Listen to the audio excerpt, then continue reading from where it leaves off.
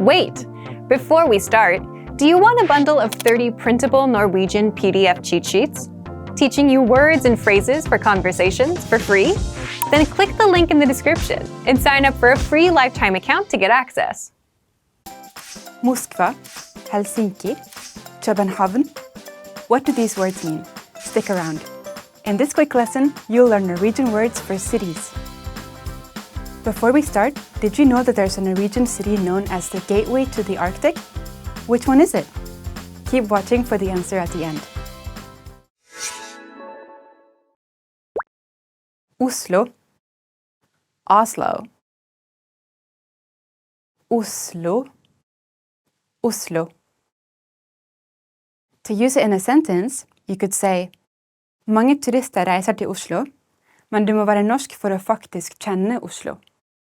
To translate, this means many tourists travel to Oslo, but you have to be Norwegian to really know Oslo.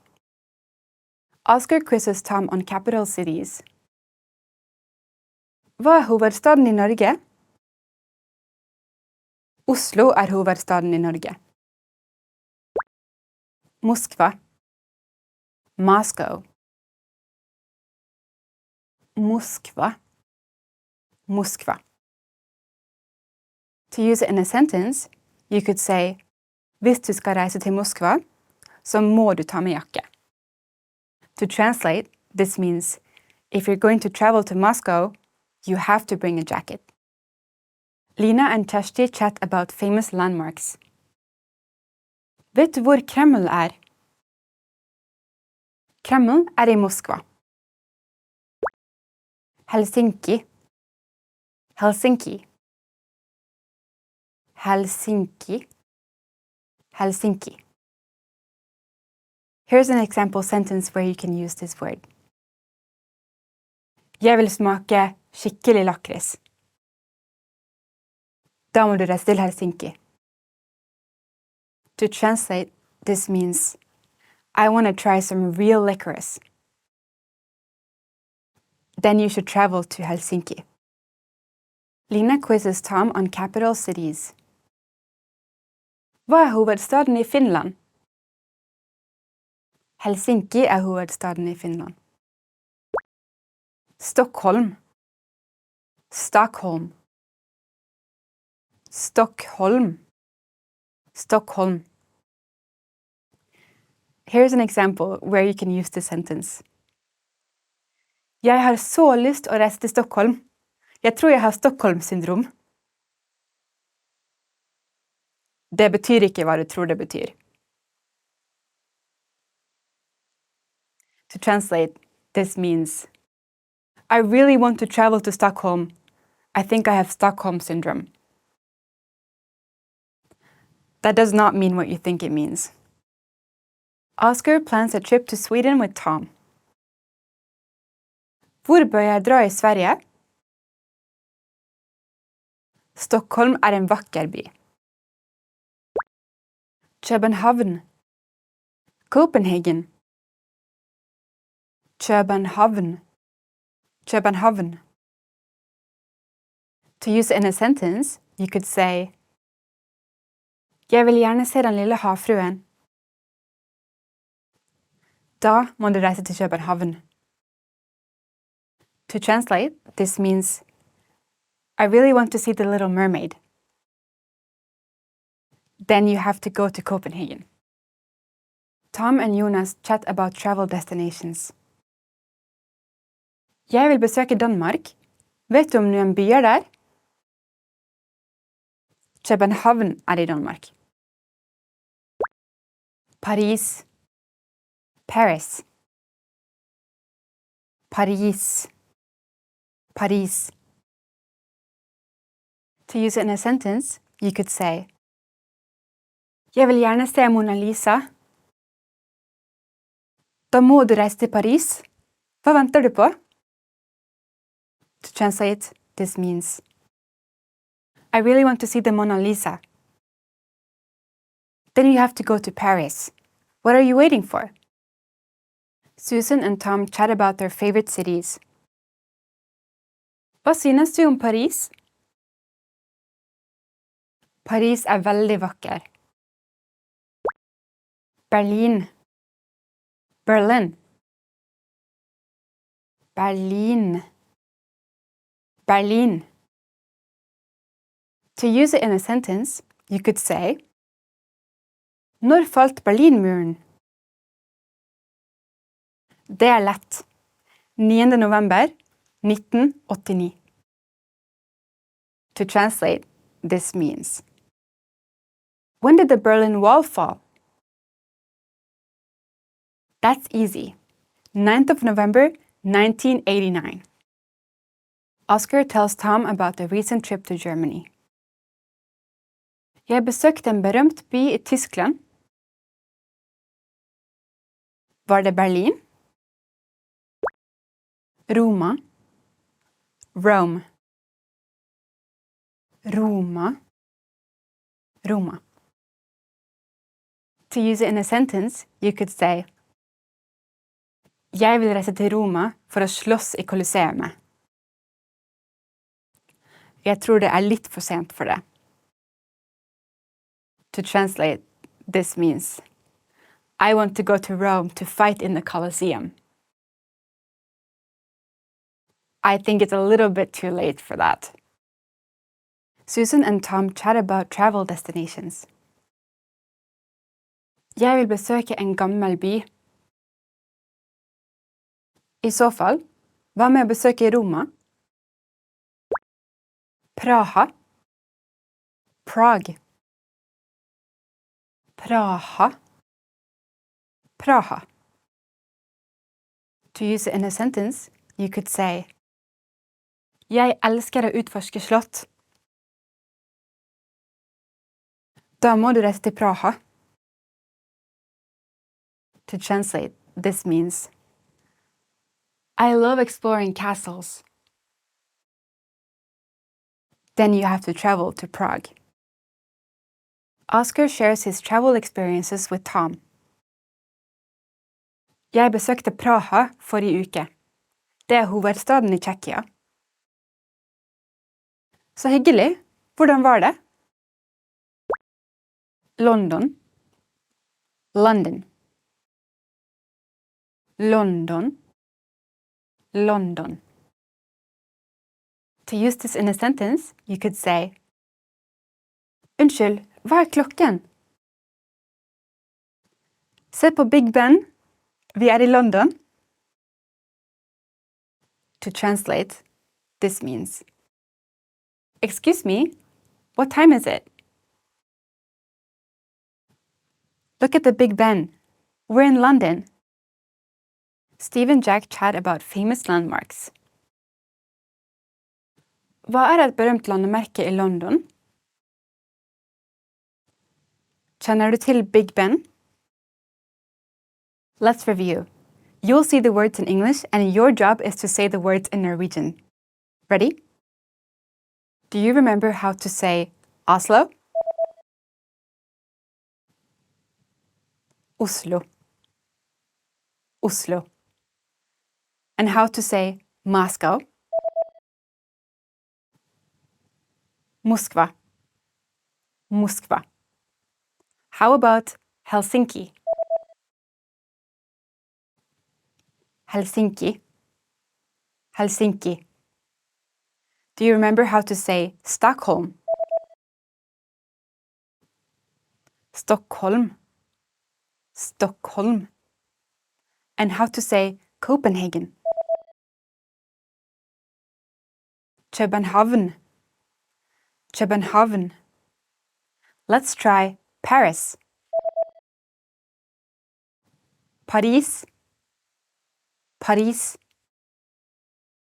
What about Berlin? Berlin. Berlin. Now let's see if you remember how to say Rome. Roma. Roma.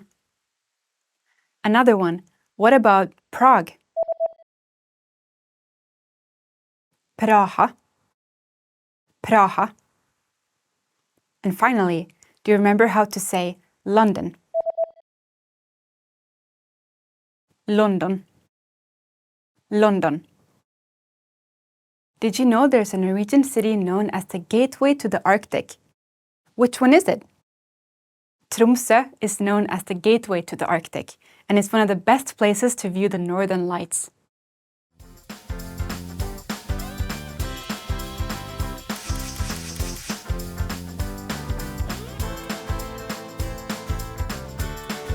Thanks for watching.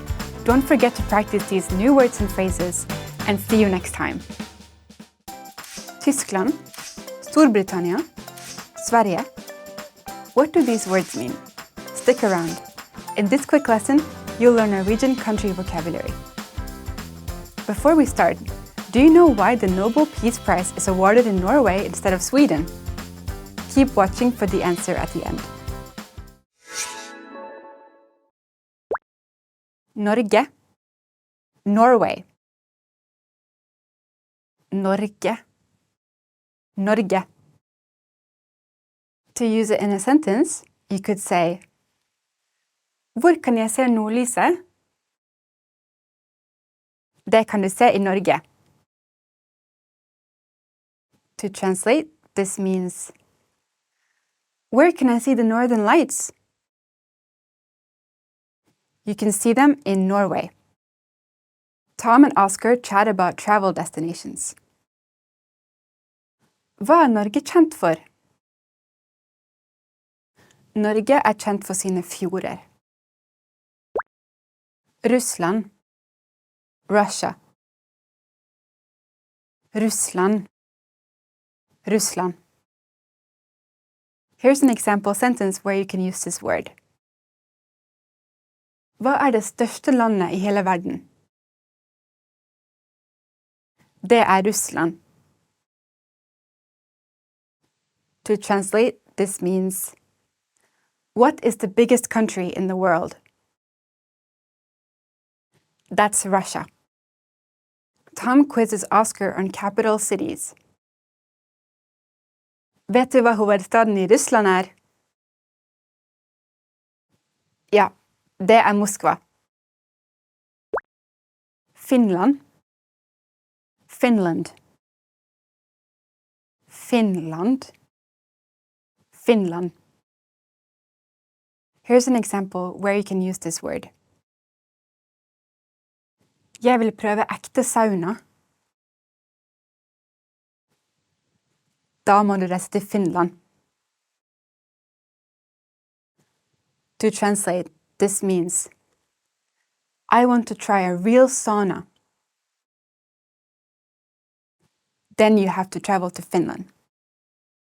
Steve and Kjersti chat about travel destinations. Hvorfor Finland så populært? Finland kjent for sine innsjøer. Sverige, Sweden. Sverige, Sverige. Here's an example where you can use this word. Jeg tok med noe spennende mat fra Sverige. Det surstrømming? To translate, this means, I brought some interesting food from Sweden. Is it surstrømming? Jack plans a summer trip with Steve. Hvor bør jeg dra på en lang sommerferie? Sverige har lange somre. Hva med Sverige? Danmark. Denmark. Danmark. Danmark. To use it in a sentence, you could say, Jeg har lyst til å reise til Legoland. Da må du reise til Danmark. To translate, this means, I really want to go to Legoland. Then you have to go to Denmark. Tom and Oscar chat about different countries. Kan du nevne et nordisk land? Danmark er et nordisk land. Frankrike. France. Frankrike. Frankrike. Here's an example situation where you can use this word. Jeg tok med rødvin fra Frankrike.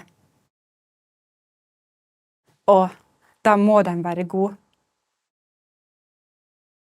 To translate, this means, I brought red wine from France. Oh, then it must be good. Kjersti and Ella chat about different countries. Hva er Frankrike kjent for? Frankrike er kjent for vin. Tyskland. Germany. Tyskland. Tyskland. Here's a sentence where you can use this word. Jeg skal til oktoberfest i Tyskland. Ikke drikk for mye øl nå. To translate, this means, I'm going to Oktoberfest in Germany.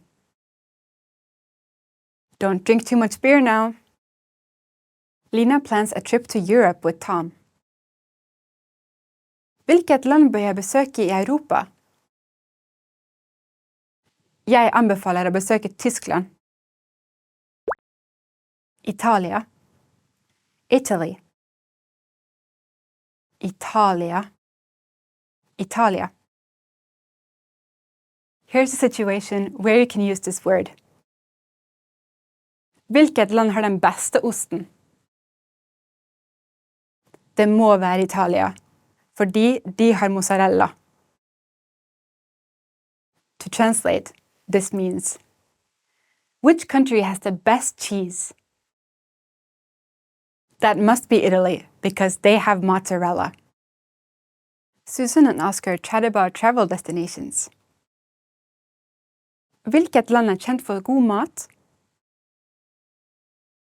Italia er kjent for sin mat. Czechia. Czech Republic. Czechia. Czechia.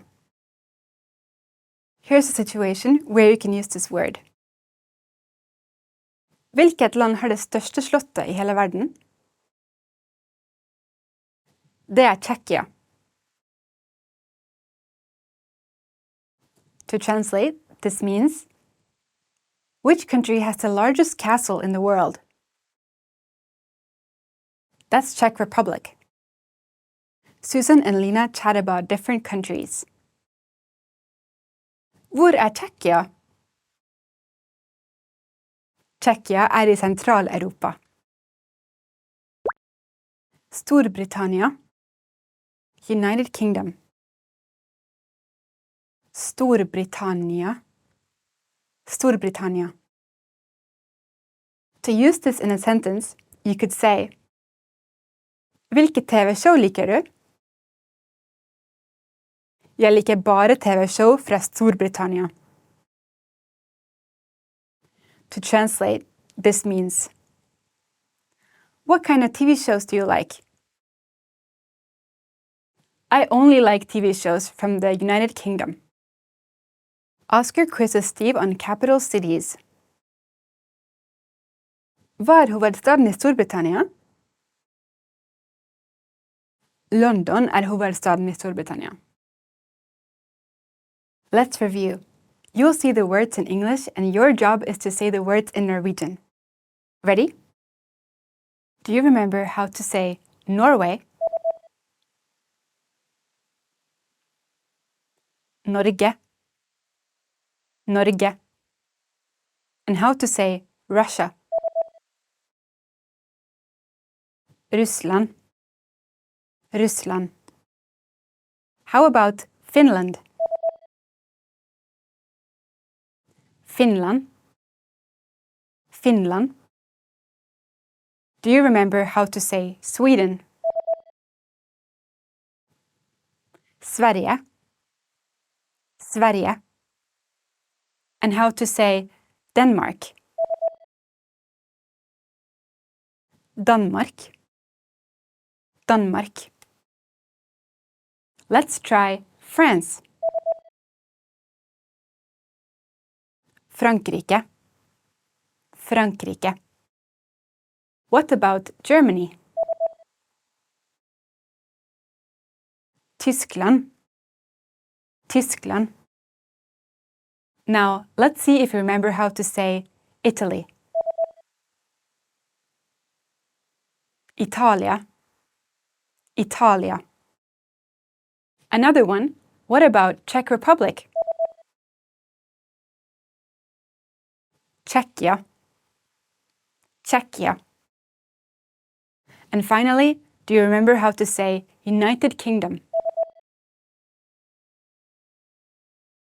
Storbritannia. Storbritannia. Do you know why the Nobel Peace Prize is awarded in Norway instead of Sweden? Because Alfred Nobel specified it in his will. At the time he wrote it, in 1895, Sweden and Norway were in a union. Even after Norway became independent in 1905, the tradition continued, and today the Nobel Peace Prize is still awarded in Oslo every year.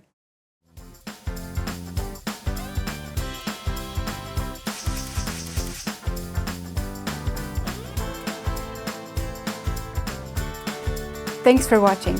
Don't forget to practice these new words and phrases, and see you next time. Want to easily remember new vocab and phrases? Fact: everyone, beginners and advanced learners alike, forgets new words the first time they learn them. So what's the secret to remembering? What do smart learners do? They note them down and review them later. And you can do this with our study tool called the WordBank, your extended brain for language learning. And in this video, you'll discover 1. How to save keywords and phrases, 2. How to review the words so that you never forget them, and 3. How to create your own printable vocabulary worksheets. But first, if you don't yet have access to this tool and our lessons, just click the link down in the description and sign up for your free lifetime account right now. First, what is the WordBank? The WordBank is a premium study tool, and it's your personal language database, where you can save new words and phrases with a single click, review them all in one spot, and never forget them. Think of it as your extended brain for language learning.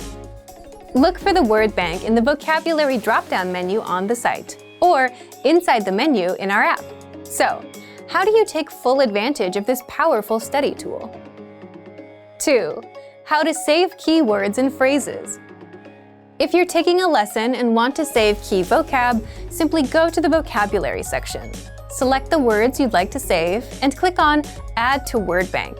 If you're using the core word list, like the 2,000 most common words, or the vocabulary lists, select the words, go to Add Selected Words, and click on WordBank.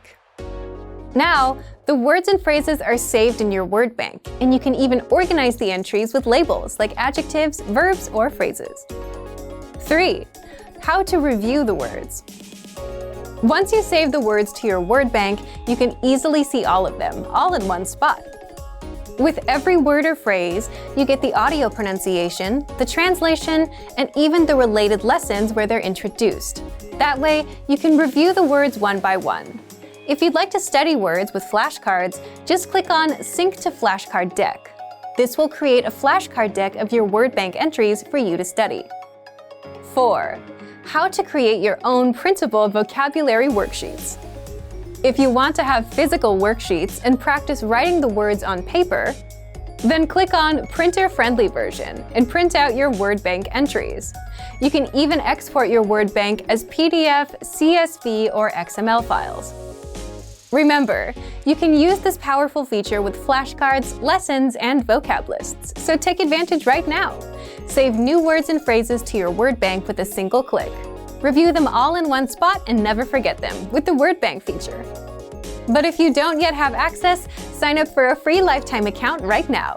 Just click the link in the description to get your free lifetime account. Now that you're finished with this lesson, don't forget, as a free bonus, you get over 30 conversation cheat sheets, but only if you sign up via the link in the description. You'll learn how to have flowing conversations and how to answer the most common questions. You can also print out these colorful cheat sheets to keep as physical study material. So don't miss out on this free gift. Click the link in the description and sign up for a free lifetime account to get your PDF cheat sheets.